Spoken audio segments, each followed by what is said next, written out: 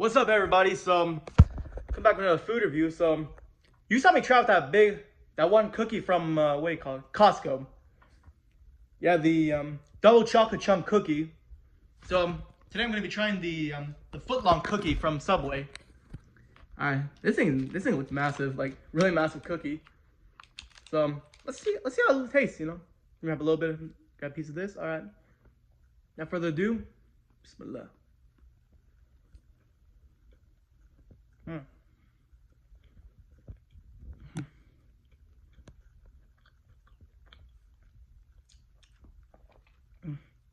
Now, I know Subway is known for having really good chocolate chip cookies.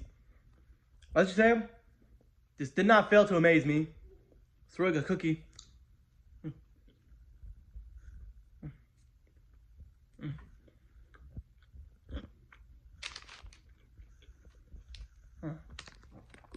It's an amazing cookie right there. Yeah, Subway does not fail to amaze me with their cookies.